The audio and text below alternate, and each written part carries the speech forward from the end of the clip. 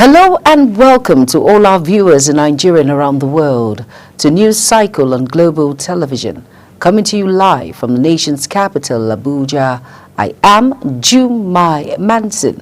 Now, a quick reminder that Global Television is on DSTV channel 365 and free to air on Nicomsat. Now, the news in full. The 4 tax reform bills transmitted to the National Assembly in 2024 by President Bola Tinubu have scaled second reading at the House of Representatives. The bill scaled second reading on the floor of the Green Chamber 6 months after the President transmitted them to the National Assembly for consideration, following the recommendations of Taiwo Oyedele-led Committee on Fiscal Policy and Tax Reforms. The Taraba state government has dismissed reports alleging that Governor Abu Kefas diverted over 100 billion naira to a retired general. In a statement, the Commissioner of Information and Reorientation, Zainab Usman, described the claim as an outright falsehood with no factual basics. The governor has not handed over such an amount of money to any individual for any reason whatsoever. Indeed, the government is repaying loans inherited from past administrations while making significant strides in infrastructure and service delivery. Over now to Edo State Government has ordered the immediate disclosure of all satellite campuses of the Ambrose Ali University, Ekpoma. In a statement signed by the Secretary to the State Government, Omar Kahilo, the government directed that all programs and courses must now be conducted solely at the university's main campus in Ekpoma. The statement reveals that in line with the Governor Monday Okpebolo's commitment to raising the standard of Ambrose Ali University and the government's significant investment in the institution, all satellite campuses operating outside the main campus are hereby shut down with immediate effect. The National Coordinator, National Counter-Terrorism Center, Major General Adamu Laka, says violent extremism remains one of the most complex security challenges that threatens Nigerians' national security. Laka stated this at the opening of the workshop and validation meeting on preventing and countering violent extremism guidelines and strategic communication plan in Abuja. Defense correspondent Kike Lomo Okere has details. The National Coordinator, National Counter-Terrorism Center, Major General Adamu Laka, says violent extremism are threatening the very fabric of Nigerian communities, institutions, and social cohesion. Laka says the workshop is aimed at highlighting unified determination to enhance the nation's capacity to counter violent extremism and to ensure the seamless implementation of preventing and countering violent extremism guidelines and strategies at every level of governance. He says the federal government of Nigeria had developed the policy framework and national action plans for PCVE. A policy is only as effective as its implementation. And that is why we are gathered here today to ensure that we take deliberate and strategic steps towards localizing and operationalizing this framework. Over the course of these 2 days, we will focus on 2 critical components that are central to the success of preventing and countering violent extremism efforts in Nigeria.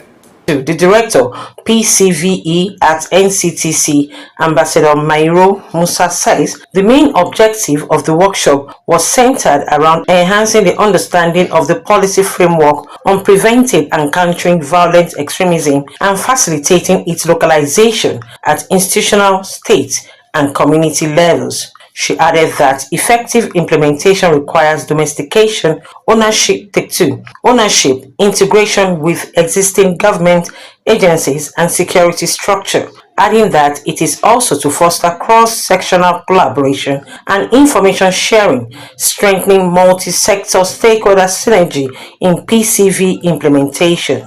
Also to assess and to refine and validate the strategic communication plan, ensuring that it aligns with the evolving security landscape and leverages effective messaging to counter extremist narratives and promote peace-building efforts.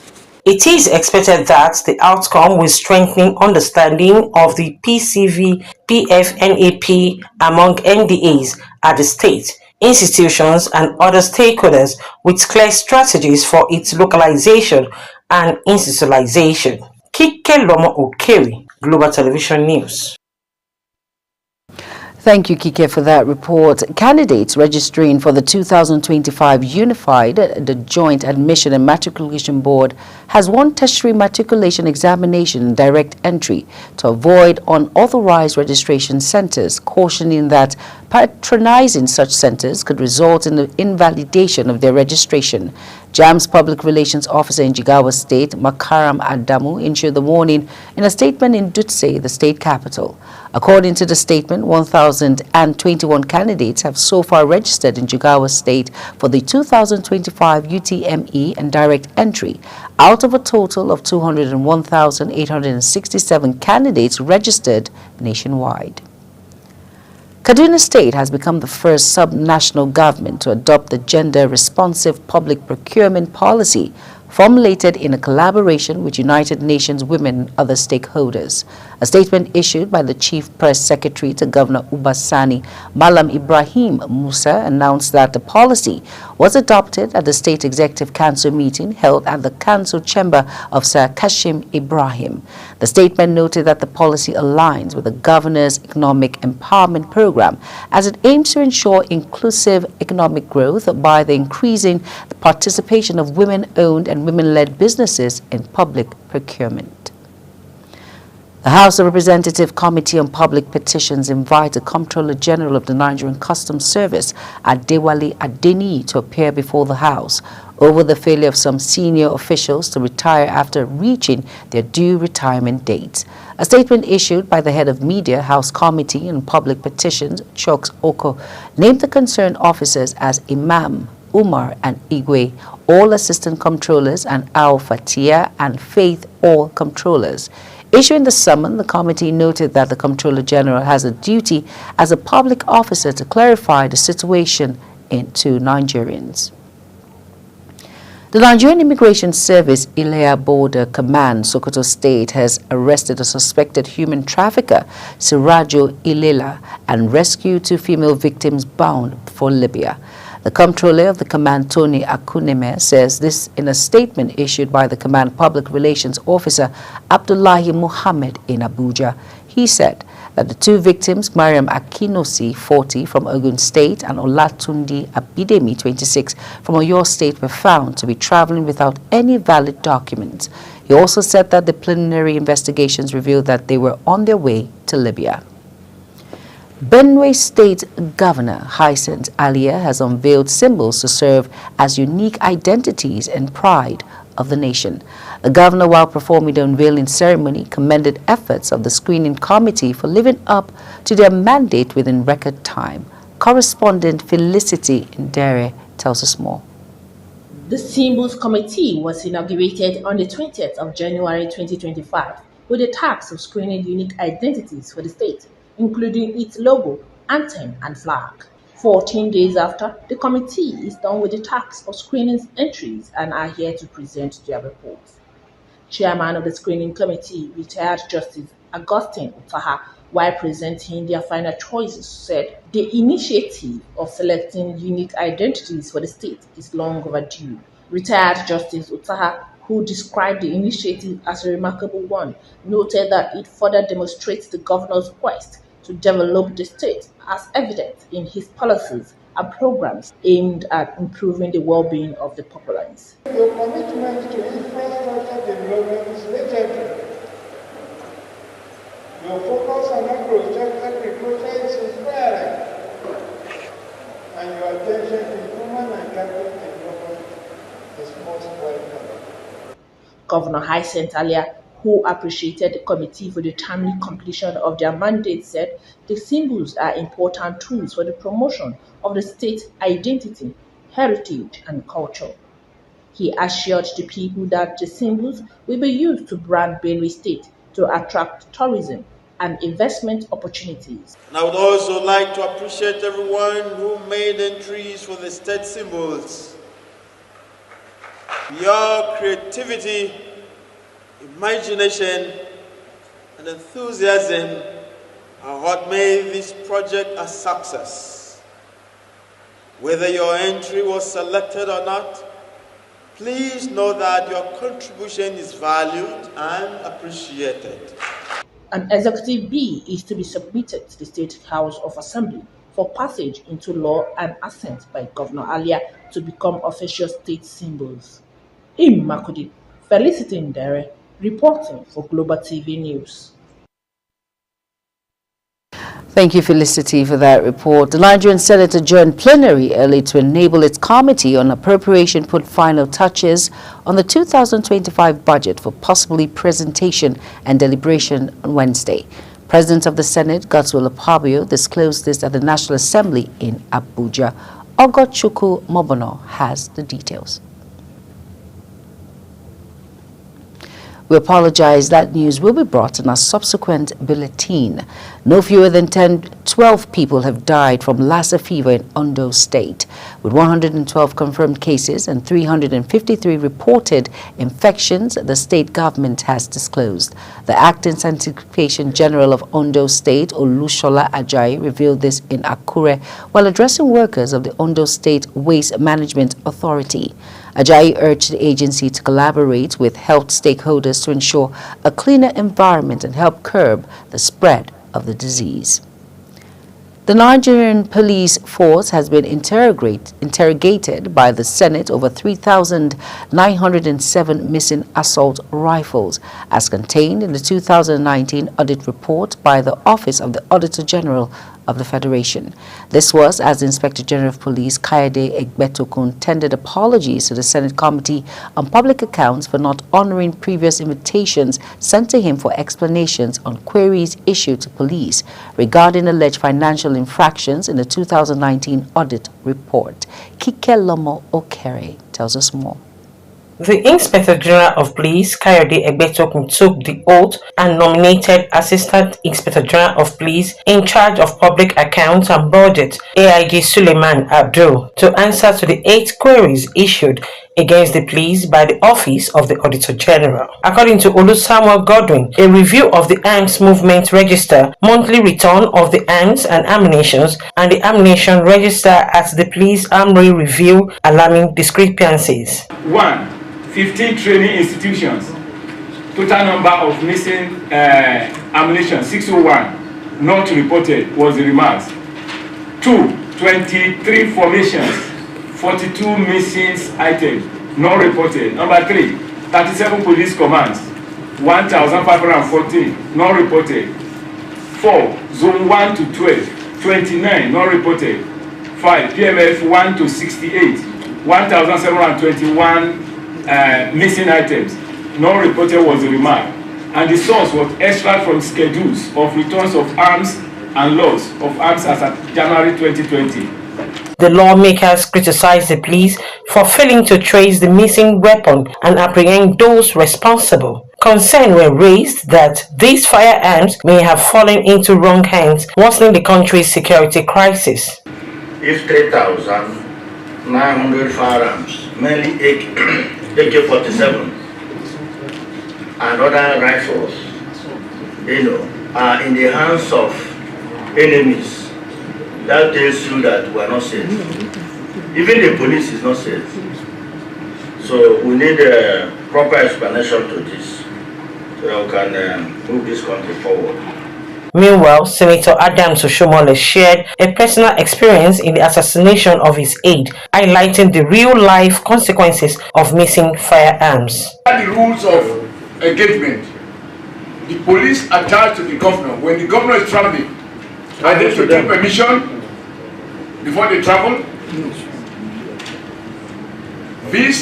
Those attached to me regularly tells me that they go to regularize their booking, not only the booking of their arms, but also from time to time that they are where they are supposed to be. And sometimes your officers come to check if they are still with you, in case they may have left without reporting. To make the assumption you are made to insult the intelligence of the police, when you suggest to us that if an officer moved from Benin on official escort duty to which you officially are legally assigned him, that you will presume his weapon is no longer with him. In response, AIG Suleiman Abdul was only able to account for 15 out of 3,907 missing assault rifles, 14 of which, according to him, were lost through 14 personnel killed in active service and one in 1998. Signals were sent to the Affairs Formation to produce comprehensive investigation report on the loss of the said ammunition and on the firearms and ammunition, as well as complete Treasury Form 146 for audit attachment in pages 219 to 224.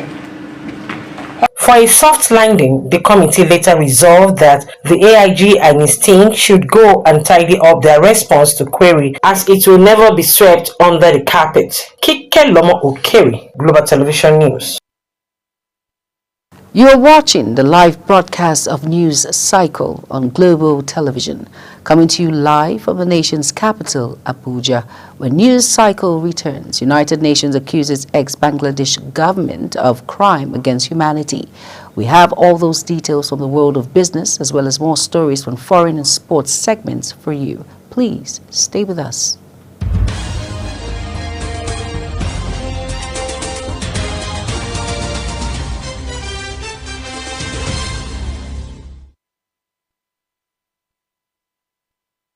You're welcome back, and if you're just tuning in, this is News Cycle on Global Television. Thank you for staying with us. In business now, Nigerian telecommunications operators have started implementing the long-awaited 50% tariff hike following regulatory approval from the Nigerian Communications Commission as lawmakers move to halt the round-out, citing economic hardship. The House of Representatives directed the telecom regulators and the Minister of Communications, Innovation and Digital Economy to suspend the tariff increase, arguing that Nigerians cannot afford higher telecom costs amid rising inflation and the removal of fuel subsidies. The tariff hike, which has been cleared by the NCC, was scheduled to take effect nationwide starting Monday, while MTN, the country's largest telecommunications provider, had already started implementing the reverse rates as of Tuesday. Other key players, Glo, Airtel, and Nine Mobile, have yet to release their new pricing structure.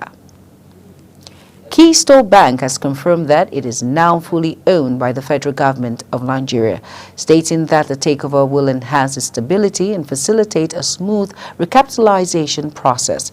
The bank disclosed this in a statement in its Instagram page following a ruling by the Lagos State High Court, Ikeja.